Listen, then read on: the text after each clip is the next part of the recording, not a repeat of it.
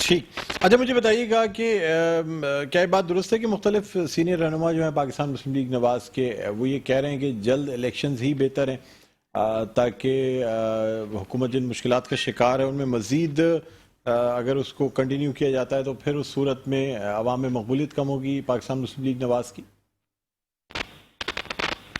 نہیں دیکھیں جی، الیکشن تو ہم بھی چاہتے تھے،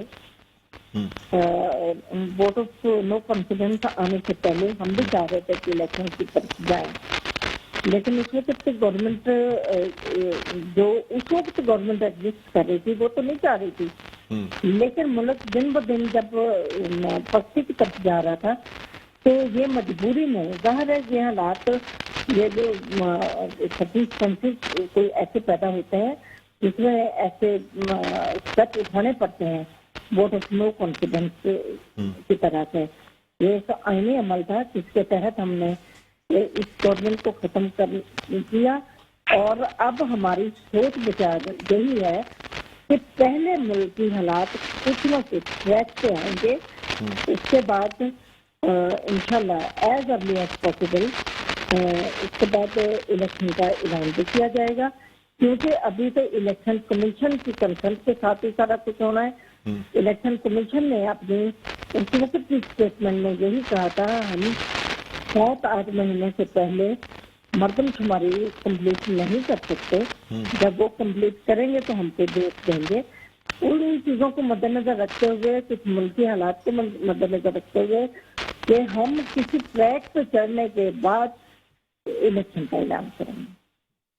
اچھا سمیرہ مطلوب صاحبہ، آپ لوگ الیکشن اصلاحات چاہتے بھی ہیں، ای وی ایم کو بھی ختم کرنا چاہتے ہیں، ساتھ ساتھ بیرون ملک مقیم پاکستانیوں سے ووٹ کا حق لینے کے لیے قرارداد بھی پیش کر دی گئی ہے، لیکن سیاسی جماعتیں کھل کے سامنے نہیں آنا چاہتی. یعنی نور عالم خان سے یہ قرارداد پیش کرائی گئی ہے اور اس کے بعد اسے کمیٹی کے پاس بھیج دیا گیا. کیا وجہ؟ آپ لوگ چاہتے ہیں کہ بیرون ملک پاکستانیوں کو ووٹ کا حق نہ دیا جائے؟ نہیں، ہم تو نہیں چاہتے ایسا، لیکن یہ جو ای وی ایم ہے نا وہ اس پہ ریلائبلٹی تو تھی ہی نہیں، یہ تو امپوز کر دی گئی تھی. یہ بل جو تھا بلڈوز کیا گیا تھا، اس میں کسی کی کنسنٹ شامل نہیں تھی، ایون کہ الیکشن کمیشن کی کنسنٹ بھی شامل نہیں تھی. یہ تو سب کو علم ہے نا. اب دیکھیے ہمارا تو بڑا موہرا الیکشن کروانے والا جو ہے سب سے بڑا آئینی ادارہ ہے، اس کی کنسنٹ کے بغیر اگر ہمیں اس چیز امپورٹ کر دیتے ہیں تو اس کا کیا بینیفٹ ہے؟ ڈنڈے کے ساتھ تو کوئی کام نہیں کیا جا سکتا. اب ہم تو ای وی ایم چاہتے ہی نہیں ہیں، ہم اور اصلاحات کرتے ہیں. تو باقی ہم چاہتے ہیں کہ ہمارے جو غیر ملکی ہمارے بھائی بہن ہیں وہ بھی اس میں حصہ ضرور لیں، اس کے متعلق بھی کوئی نہ کوئی پوائنٹ سوچا جائے گا. تو جو ڈوئل نیشنل ہیں وہ تو ویسے بھی میرا نہیں خیال کہ جو ادھر کے نیشنل ہیں وہ ادھر کیسے ووٹ کاسٹ کریں گے جب ان کے پاس ادھر کا پاسپورٹ ہی نہیں ہوگا. تو اس میں تھوڑی سی یہ جو کمپلیکیشنس ہیں نا ان کو بھی تو مد نظر رکھنا ہے نا، ان کو سوچتے ہوئے بھی ہم آگے انشاءاللہ. میڈم ایک طرف آپ کہہ رہی ہیں کہ ان کو حق دینا بھی چاہتے ہیں، ای وی ایم مشین بھی نہیں چاہتے، تو کیا وہ خط کے ذریعے اپنا ووٹ بھیجیں گے جو شامل کیا جائے گا لوگوں کی ووٹ کے لیے؟ نہیں، اس کا بھی کوئی طریقہ کا میرا خیال ہے کہ یہ ہم امپریشن کے ذریعے اب ووٹ کا کوئی سلسلہ شروع ہوگا، تو پھر اسی حساب سے آگے پلان چلے گا کہ ان کو کس طریقے سے ہم نے شامل کس چیز کے ذریعے؟ میڈم آپ کی آواز کلیئر نہیں آئی، مجھے دوبارہ بتائیے گا کس چیز کے ذریعے بیرون ملک مقیم پاکستانی جو ہیں وہ اپنا ووٹ کاسٹ کر سکتے ہیں یا انہیں ووٹ کا حق دیا جائے گا؟ جیسے کہ جب اصلاحات سامنے آئیں گی، ابھی تو چینجز شروع ہم کر رہے ہیں، سوچ رہے ہیں، ان کے لیے بھی ایک بہتری کی راستہ ہم نکالیں گے. اس میں یہ ہے کہ یہ جو ہماری ہم امپریشن ہے نا، اب یہ سارے پروسیجر اسی کے تحت ہوں گے. تو ہو سکتا ہے کہ جی ادھر سے وہ ہم امپریشن کے ساتھ اپنا ووٹ ہمیں کاسٹ کرنے کا کوئی طریقہ کار ہو ہمارے سامنے. ای وی ایم پہ تو کسی قسم کا ریلائی کیا ہی نہیں جا سکتا. کیونکہ ایک تو اس کی اپلیکیشن ناممکن تھی پورے ملک میں، اور دوسرا یہ ہے کہ بھی اس کے پروسیجر کو اور اس کی جو مینجمنٹ اور اس کی مینپولیشن جو تھی وہ بھی اتنی ریلائبل ابھی تک نہیں ثابت ہو سکی تھی کہ جس کی یہ ہمیں یقین دہانی ہو جاتی کہ یہ ایک سیف طریقہ کار ہے الیکشن کا، وہ تو کسی صورت بھی کامیاب نہیں ہونے والا، کیونکہ اس میں الیکشن کمیشن کی قطعی رائے شامل نہیں ہے۔ تو اس کے علاوہ میرا خیال ہے کہ ہم امپریشن پہ یہ سارا چلے گا۔ میڈم کوئی ٹائم فریم سیٹ کیا گیا ہے کہ الیکشن اصلاحات کب تک مکمل کر لی جائیں گی، کب تک ان پہ عمل درآمد ہو جائے گا، کسی قسم کا کوئی ٹائم فریم؟ میرا خیال ہے کہ 3 سے 4 ہفتے لگیں گے۔ 3 سے 4 ہفتے میں ساری اصلاحات جو ہے وہ مکمل کر لی جائیں گی؟ آئی تھنک، کیونکہ کام تو شروع ہے۔ کیونکہ آصف علی زرداری صاحب کا تو کہنا ہے کہ زیادہ ٹائم لگ سکتا ہے، 3 سے 4 مہینے تو صرف الیکشن اصلاحات میں ہی لگ سکتے ہیں، یہی وجہ ہے کہ وہ کہہ رہے ہیں کہ جلدی الیکشن نہیں، ایک بیس بن جائے گی نا، وہ پھر جب پارٹیاں اپنے اپنے پوائنٹس دیتی ہیں، جب ڈسکشن میں آتا ہے اس میں تھوڑا سا ٹائم تو لگتا ہے، لیکن بیس بننے میں جب تیار ہو جاتی ہے پھر کوئی اتنا زیادہ ٹائم نہیں انشاءاللہ لگے گا، کیونکہ ٹائم شارٹ ہے، ہمیں بھی پتا ہے ٹائم شارٹ ہے، اور ہم نے بھی تیزی کے ساتھ اپنے یہ سارے کام جو ہے وہ سب انجام دینے ہیں، ٹائم شارٹ ہے۔ اچھا، آپ سمجھتے ہیں کہ مطلب اس میں جلدی کر کے الیکشن اصلاحات کرانے پڑیں گے تاکہ جلد سے جلد الیکشن کی طرف جا سکیں؟ سب سے پہلے پریفرنس ہماری یہ ہے کہ ہم ملکی معیشت کو، ملکی کرائسس کو ہم ٹریک پہ ڈال لیں اور تھوڑی اصلاحات ہماری آ جائیں، اس کے فوراً بعد الیکشن انشاءاللہ۔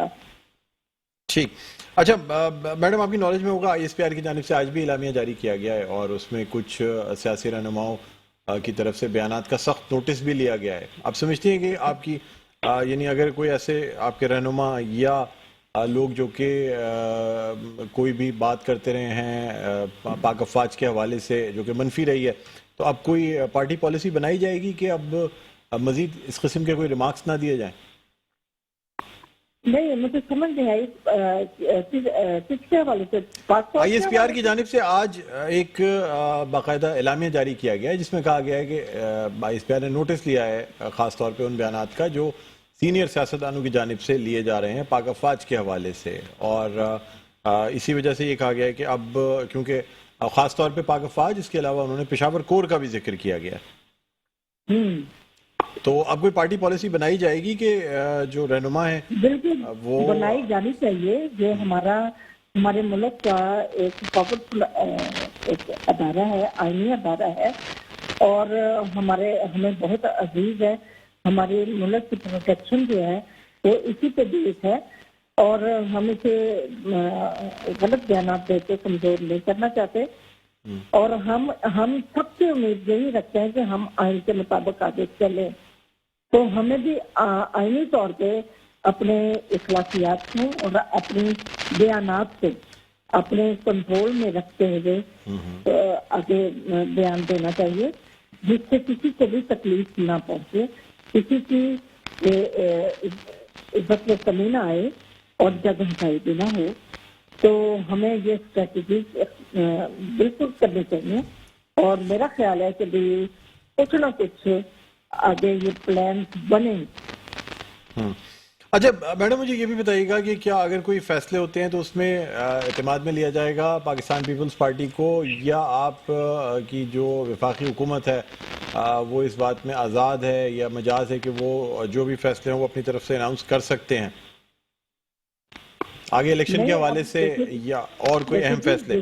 جی، یہ کسی بھی ایک پارٹی کی حکومت تو ہے نہیں، یہ ہم سب کی ایک الائنسز کے ساتھ مل کے PDM کے فارم پہ جو حکومت بنی ہے، تو ہماری کوشش یہ ہوگی کہ اس میں جتنے بھی لوگ ہمارے اسٹیک ہولڈر ہمارے ساتھ شامل ہیں وہ سارے ہمارے فیصلوں میں ساتھ شامل ہیں، کیونکہ انہوں نے وہ ہمارے ساتھ اسٹینڈ جو کر گئے، تو ہمارے فیصلوں میں بھی وہ ہماری نمائندگی بھی کریں گے، اور ہمیں اپنے فیصلے اور اپنے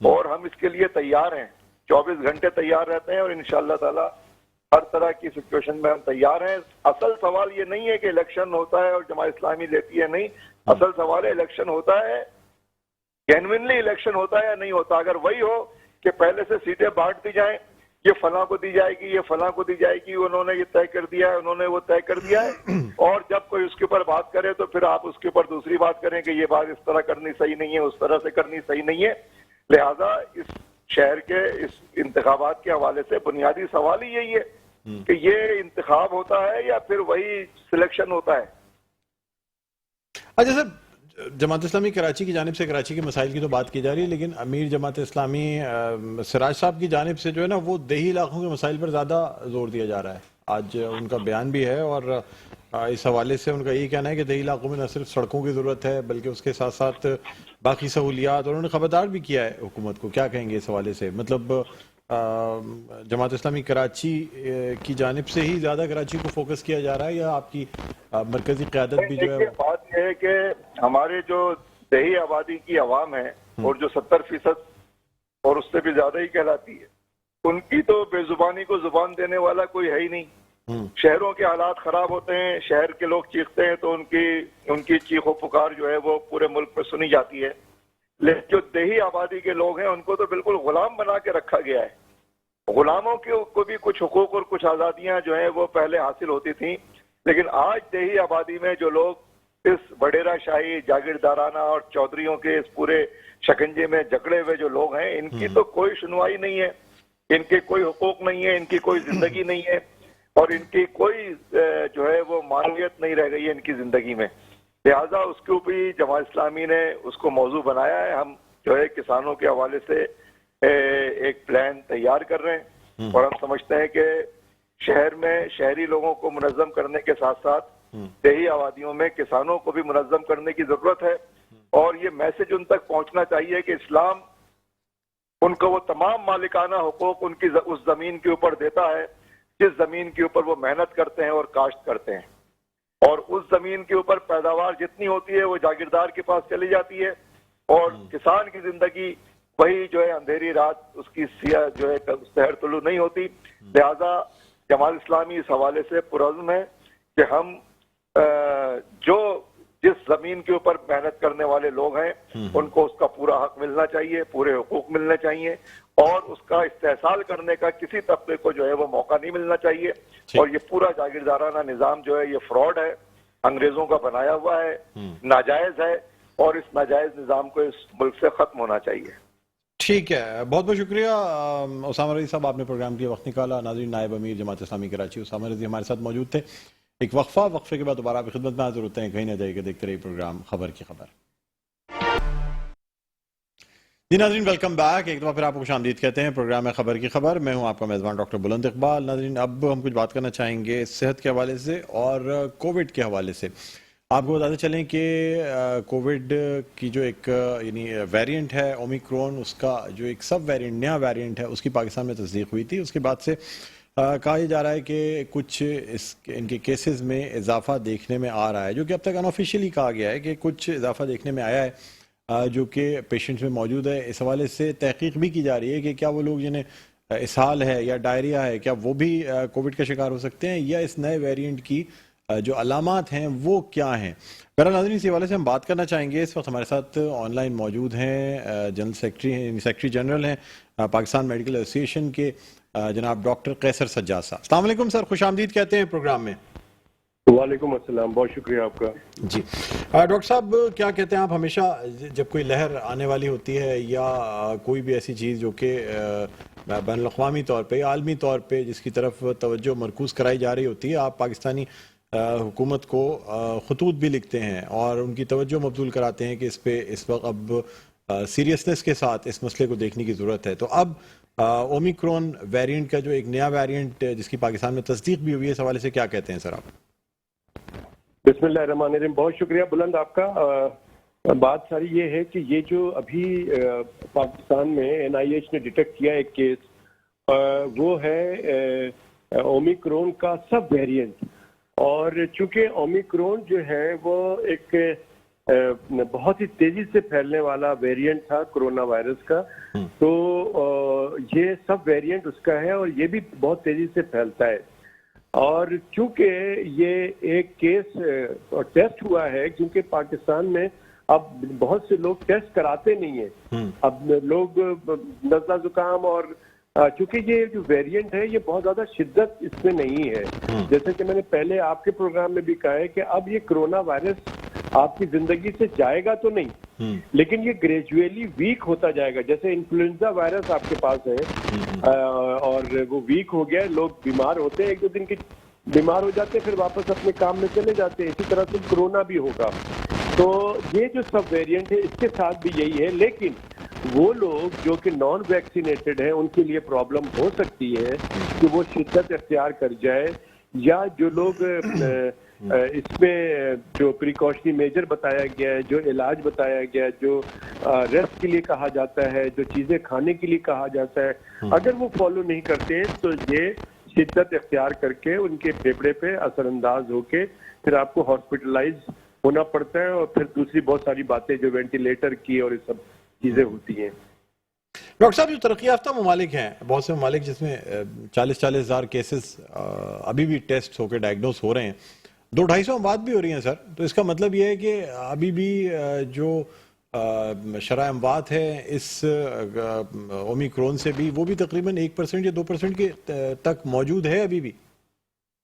نہیں، اومیکرون کی جو ڈیتھ پرسنٹیج ہے وہ 1% سے تھوڑا کم ہے.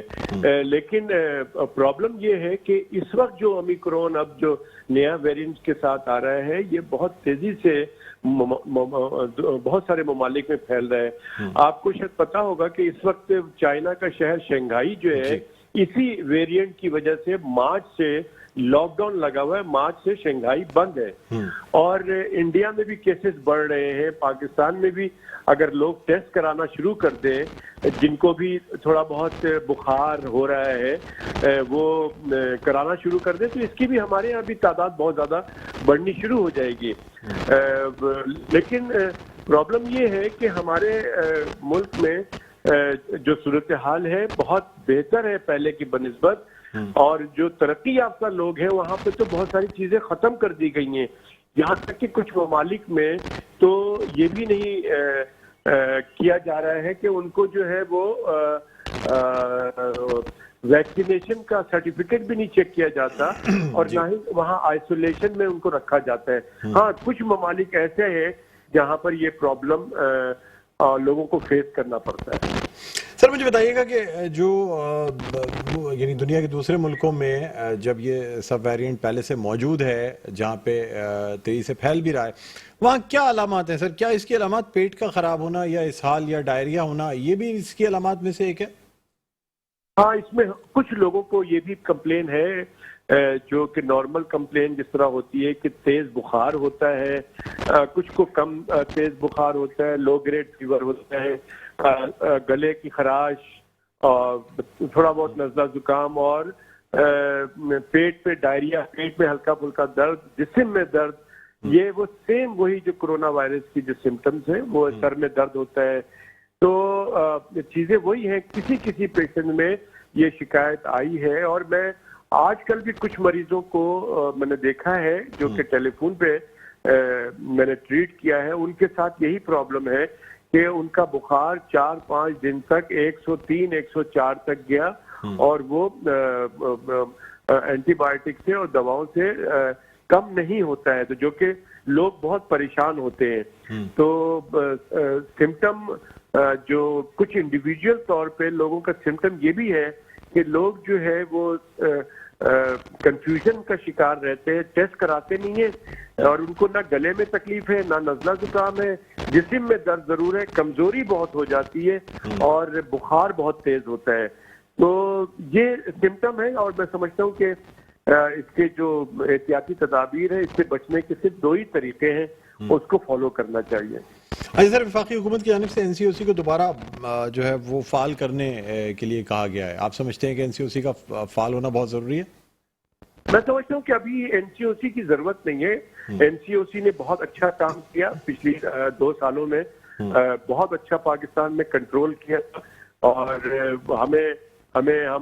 ہمیں خوشی ہے کہ جو بھی ہم بات ایڈوائز دیتے تھے پاکستان میڈیکل ایسوسی ایشن NCOC اس کو فالو کرتی تھی، سندھ گورنمنٹ فالو کرتی تھی اور کافی حد تک پاکستان میں کرونا وائرس کنٹرول رہا بیکاز آف NCOC۔ میں سمجھتا ہوں کہ ابھی وہ حالات نہیں ہیں، لیکن جو NIH کی جو ذمہ داری ہے اس کو چاہیے کہ وہ پراپرلی دو کام کریں۔ ایک تو یہ میں لوگوں سے درخواست کروں گا کہ جو اب جس طرح سے سب چیزیں کھل گئی ہیں، نارمل زندگی گزر رہی ہے، لیکن لوگوں کو چاہیے کہ اپنی جسم کی خاطر، اپنی جان کی خاطر اپنے آپ کو بچائیں، اپنے گھر والوں کو بچائیں۔ اس کے لیے زیادہ کام نہیں کرنا ہے، جب بھی مجمع میں جائیں یا 2 سے 4 لوگ بیٹھے ہیں تو ماسک لگا کے بیٹھے۔ ابھی کچھ دنوں کے لیے پھر دوبارہ ہاتھ نہ ملائیں، گلے نہ ملے تو میں سمجھتا ہوں کہ یہ بیماری پھیلنے سے روکا جا سکتا ہے۔ اور حکومت سے ہماری درخواست ہے کہ اس پہ عمل درآمد کرانے کی کوشش کریں۔ ایئرپورٹ پہ خاص کر جن ممالک میں یہ بیماری ابھی ہے، موجود ہے، جیسے چائنا ہے اور دوسری جگہ پہ ہے، وہاں سے جو لوگ آ رہے ہیں ایئرپورٹ پہ ان کی پراپر اسکریننگ ہونی چاہیے۔ اگر وہ پازیٹیو ڈیٹیکٹ ہوتے ہیں یا کسی کو بخار ہے تو اس کو پراپر طریقے سے ان کو آئسولیٹ کیا جائے، ان کی انویسٹیگیشن کرائی جائے، پتہ چلے کہ ان کو پرابلم کرونا ہے کہ نہیں ہے۔ تو میں سمجھتا ہوں کہ ہمارا جو نعرہ ہے کہ احتیاط علاج سے بہتر ہے، اس کو فالو کرنا چاہیے۔ ٹھیک ہے، بہت بہت شکریہ ڈاکٹر قیصر سجاد صاحب، آپ نے پروگرام کے لیے وقت نکالا۔ ناظرین، سیکرٹری جنرل پاکستان میڈیکل ایسوسی ایشن ڈاکٹر قیصر سجاد ہمارے ساتھ آن لائن موجود تھے۔ پروگرام کا وقت اپنے اختتام پر پہنچتا ہے، مجھے بلند اقبال کو اجازت دیجیے، اپنا بہت خیال رکھیے گا، اللہ حافظ۔